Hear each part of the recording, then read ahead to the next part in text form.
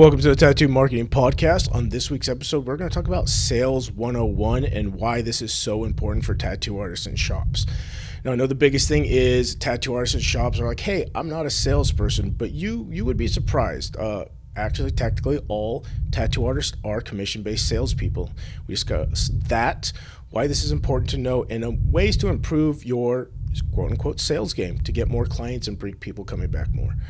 Hope you enjoy, and we'll talk soon.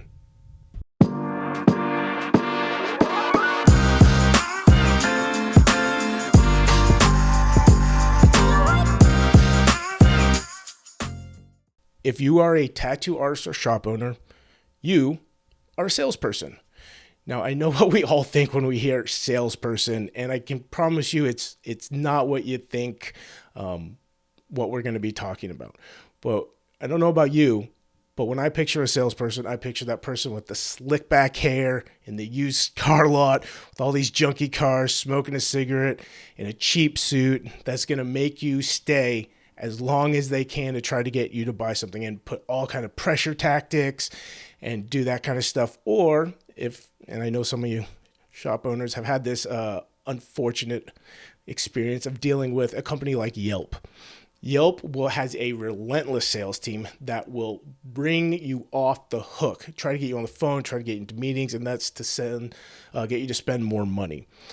So unfortunately, sales has this huge negative cloud around it, but that's not what most of sales is. So a couple of examples I want to use: a restaurant and a waiter, that is a salesperson. The more you eat, the more money they make in tips. They're a salesperson. Any kind of artist, anybody selling their own stuff. When you go down to a farmer's market or anything like that, or literally walk into any kind of store, those are all salespeople. Now, they're not going to be those pushy kind of salespeople that, again, we think about. So we don't even think about them as salespeople when we're, again, at the farmer's market getting some apples or something like that. But the person you're buying from is a salesperson. The homeless guy on the corner with a sign that's trying to get you money is technically a salesperson. He's trying to get you to give him money. Not only are tattoo artists salespeople, but because it is a eat what you kill kind of world, for the most part, you have to get your own clients. You have to get them in the door. You quote them, and they pay you. Not only are you a salesperson, but you're a commission-based salesperson. And you can like that, you can not like that, but it doesn't change the fact that tattoo artists are technically commission-based salespeople. One thing I want to jump into real quick, because I know people aren't going to listen, not everybody's going to listen to this entire episode. If you go to Udemy or YouTube and spend 1 hour learning Sales 101, it'll give you the most return on investment than any other thing you could do with an hour of your time. Learning just the very, very basics will put you above 95% of other artists. And it's very simple stuff. So next I want to jump into what is a salesperson and what is not a salesperson. So what it's not, and again, this is what we all think of, is being that high pressure sales tactics. Hey, buy from me. I'm the best. Anybody else sucks. It's not putting down other artists. It's not saying you're the absolute best. It's not being that pushy guy that annoys you or keeps calling you or texting you. Hey, when are you going to come in? When are you going to come in? Hey, come get a consultation. Hey, I have some time open tomorrow. That's not what sales is. For the most part, there are some sales tactics out there like that. And I don't know about you, but I absolutely hate those. And that's why at InkLink, if you book a call with us, you don't get that. We talk to you, that's it. What sales is, in my perspective, and a general philosophy I follow on it, is all sales is solving a person's problem. So if somebody's coming in to get a tattoo or contacts you about getting a tattoo, your job as a salesperson is to solve their problem. And that's it. It's not to be pushy. It's not to be a dick. It's not to make people feel uncomfortable. It's not to call them, text them, email them 100 times trying to get them to do what you want. It's just to solve their problem. And I guarantee you, if more artists and shop owners thought about sales like that, there would be the industry would be much further into learning what good sales tactics are than it is. So let's talk about why this stuff is important. So we're getting to a point where we've all seen how much the industry has grown the last 2 years. Post-COVID, it's been nuts. The industry is projected to double again by 2029. There's a handful of articles out there. You can Google it. But anyone from Forbes to Business Insider have all written these articles about it. So again, it's going to double again from what it is right now, which is mind-boggling.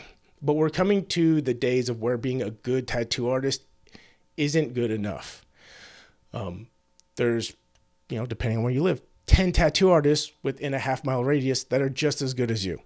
We're getting these quote-unquote kids coming out of school with art degrees that have been drawing their entire lives that are phenomenal artists within a couple of years. I mean, I've seen phenomenal artists within 6 to 8 months of tattooing on skin that rival some people I know that have been tattooing for 15 years. So it's no longer just about being a good artist, because they're everywhere. They're literally everywhere. The bar is being raised more and more every single day, and it's phenomenal to see. But it is making it much more competitive. So if you're not able to kind of get into, and I like I said, I refer to it as sales because it is a sales process, but it's connecting with people, it's getting them what they want, and it's solving their problem. So that's why this is important. Is again, you think stuff is busy and work's kind of slowing down now. It's going to be so much worse in the coming years. So being able to connect with people and getting them to come back again and refer their friends and stuff like that because they had a great experience with you is absolutely huge. And kind of on that topic, I mean, I'm sure I know a handful, I know a ton actually, of really, really talented artists that are only booked out a couple of weeks. And I know some very, very mediocre artists that are booked out months in advance, that only open their books every 3 to 6 months. And whether they know it or not, the reason that they are booked out like that is because they are good salespeople. Another thing I want to touch on real quick is when you think of sales, sales doesn't end when that person decides to get a tattoo with you. It never actually ends. Repeat business is the lifeblood of the tattoo industry. So a sales job isn't just getting somebody in the door, getting them in your chair. It's also building rapport with them, having good tableside manners, stuff like that, so they enjoy the experience and come back. Because I can tell you, if you're having a lot of one-off people that don't come back, it's because your bedside or your tableside manner kind of sucks or does suck.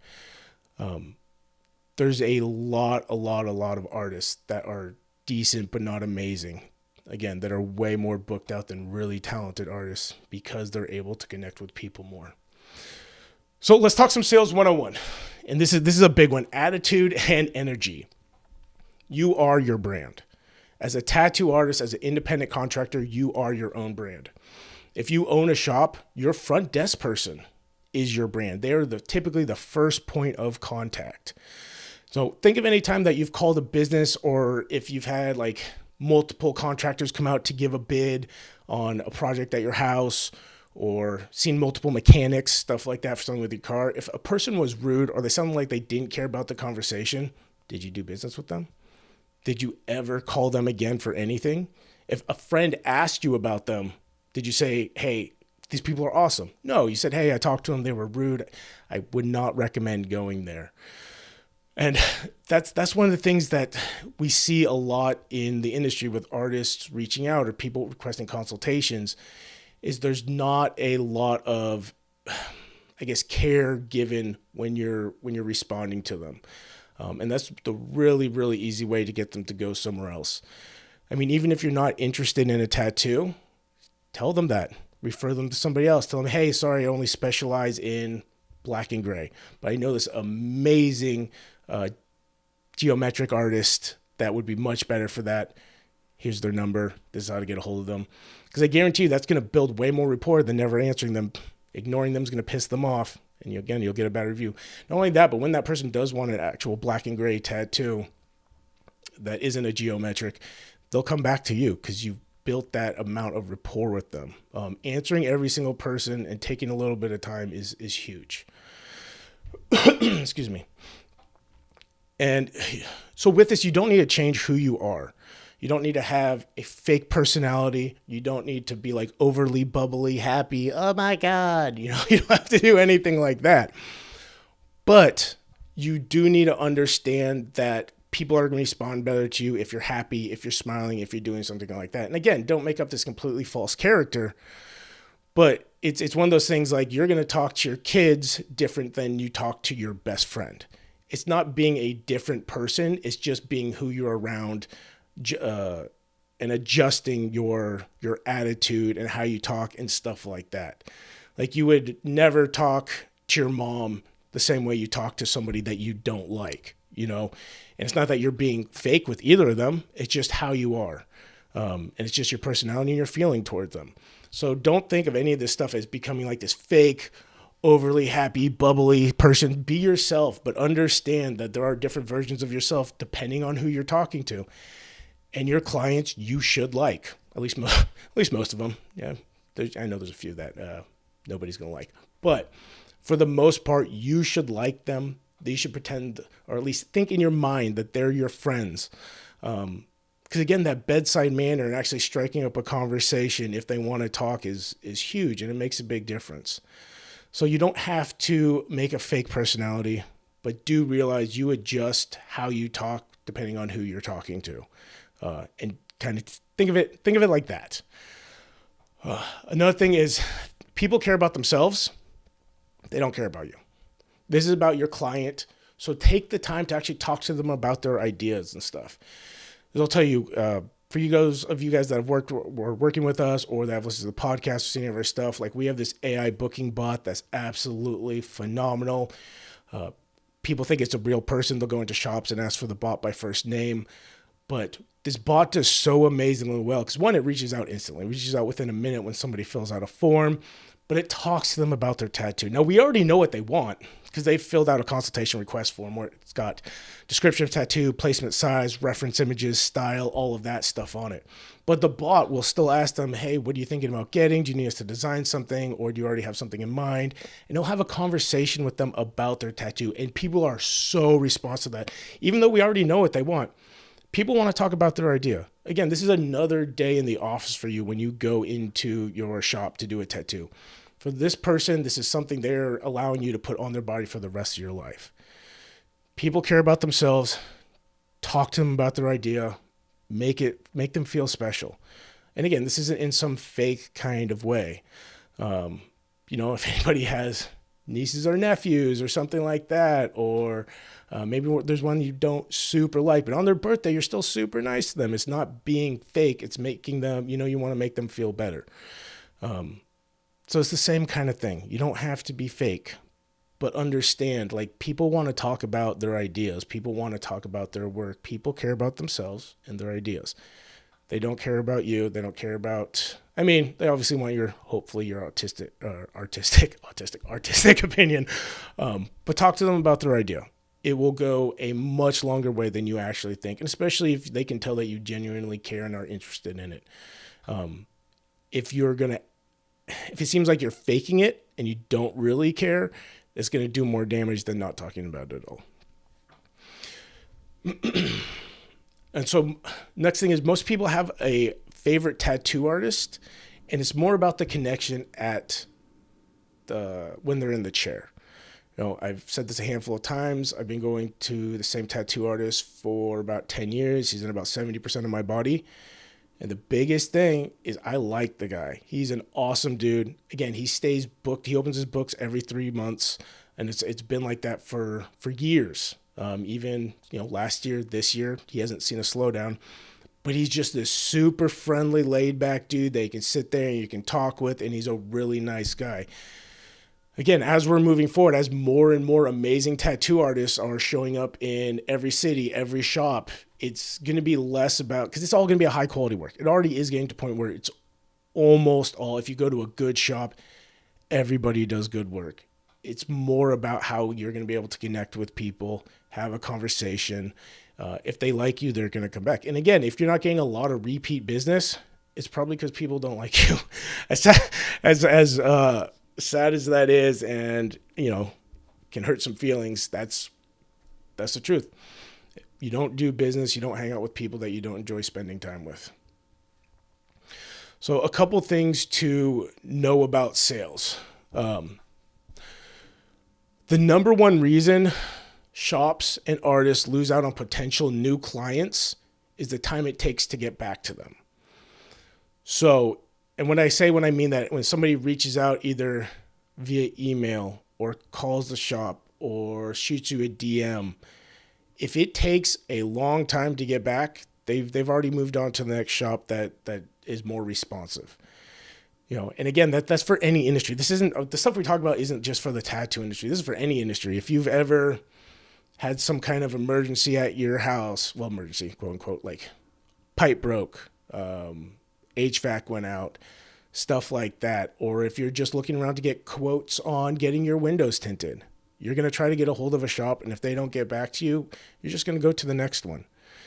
And especially the lifeblood of a shop to keep things growing is new clients. To sustain, it is bringing back clients you already have. To grow, it is bringing in new clients. So you're missing out on all these potential people if you have like an email with an autoresponder. Again, we're getting past the days where people are going to sit around and wait for months to hear back from you, or even weeks, or even days. And again, like it or hate it, that's not my opinion. That's what's happening. So a couple of the things to do is just make sure you're getting back to people quickly. Set up autoresponders for if somebody calls your shop and nobody picks up, like less than 10% of people are going to leave a voicemail.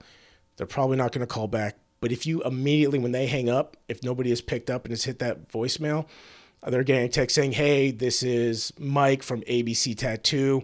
We're busy right at the second, but I'll give you a call within 20, 30 minutes, something like that. They'll sit around and they'll wait for that. At least a lot more than they'll just jump to the next shop. Same thing. I mean, email autoresponders are great. If you've ever heard of SOC, I hate email correspondence anyway because it's so slow and time consuming and people miss emails and stuff like that. Highly recommend doing text. But letting them know, hey, we're closed. We'll get back to you first thing tomorrow morning or something like that. These are automations that do not take a lot of time to set up. And they will buy you that extra time that when you miss the message or you miss the call to actually get back to them. Again, as long as you're quick on that. If you're like, hey, we're going to call you as soon as we open the shop tomorrow in your autoresponder, and then you don't call them for 3 days, like you've burned that bridge. Excuse me. And so the next thing, the number one people, if you have a calendar already set up and you have people book consultations on it, the number one thing that determines if a person is going to book a consultation is how many spots that are open and the times you are available. And again, it sounds weird, but there's been studies done on this. And again, that's why studies are done, is the weirdest things you would think actually make the biggest difference. So if you're like, hey, I can only take consultations Saturday at 9 a.m., you're going to get a lot less people that sign up for them than if you're like, hey, every day from 12 to 1 and 6 p.m. to 7 p.m., we take consultations at our shop.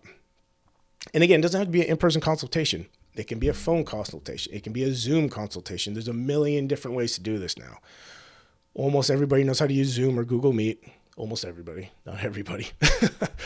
But you don't have to have somebody coming in person. That's the best way to do it. But if you don't have that availability, if stuff is stacking up, you don't have the time to have people coming in from 7 to 8 like you're an individual artist, set up a Zoom call with them. Do something like that. But just make sure you have enough time available, enough times for people to book consultations. If it's a once a week thing or once a day thing, even while people are at work, you're losing out on a ton of money. Another thing kind of on the booking stuff is if the only thing you do is send people to a booking page where they have to put down a deposit and pick out how many hours before they can even really talk to you. No new client, especially if they're coming from like paid ads, they don't already know, like, and trust you. They haven't been worked on by you. They haven't sat in your chair and seen your demeanor when you're next to them. Very, very, very few people are going to put down a deposit without talking to you and meeting you, especially on bigger stuff. Now, if we're talking like a little infinity symbol on the lower back or something like that, it doesn't really matter.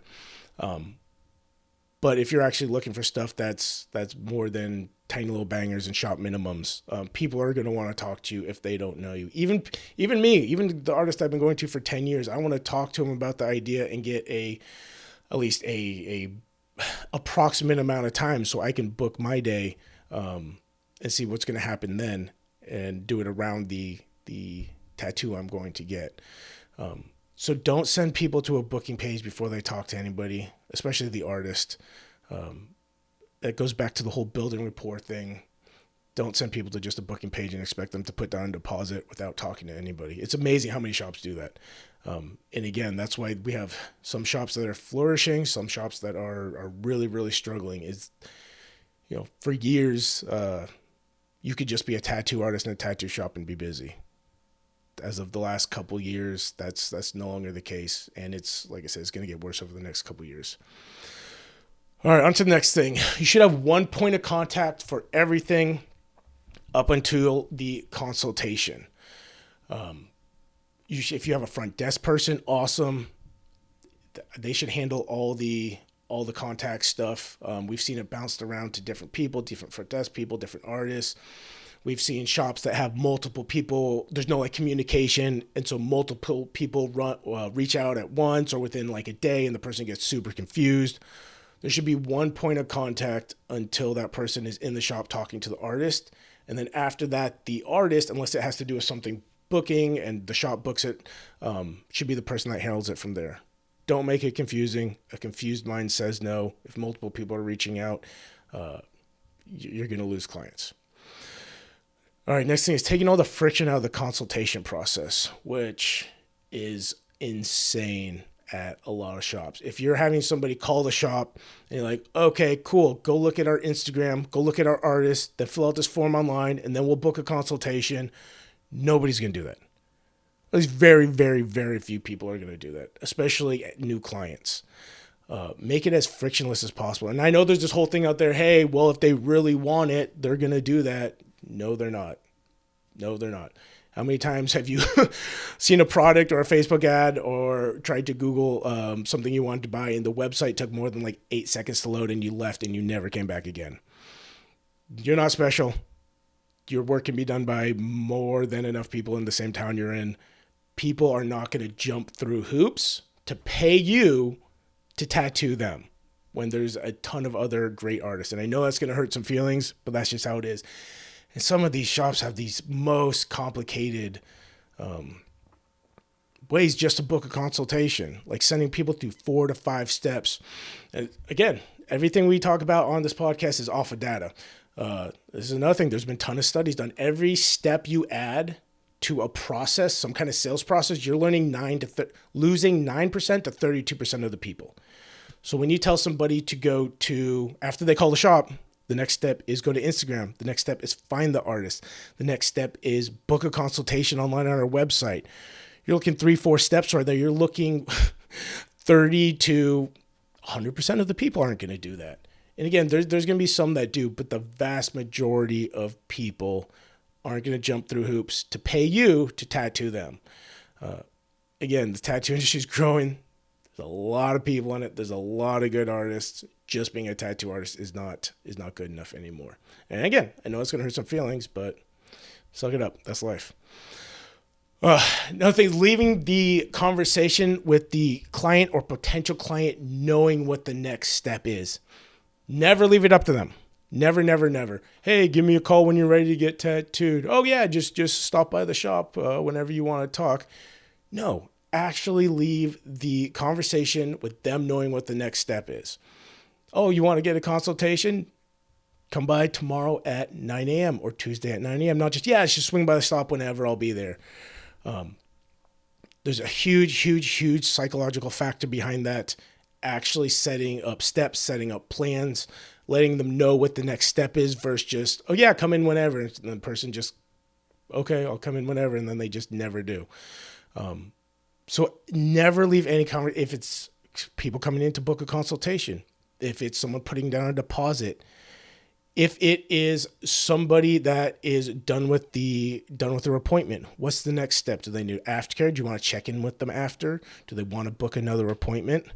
Which leads us into the next thing. When you're done with your appointment, when you are done tattooing them and you're getting them cleaned up, see if they want to get something else or they want to get something else on the books. Even if only 10% of them do, that's a huge, huge margin. Or if they have anybody they know that would like to get tattooed. It's awkward. I know no tattoo artists out there are going to ask for referrals, but it is the lifeblood of a lot of businesses.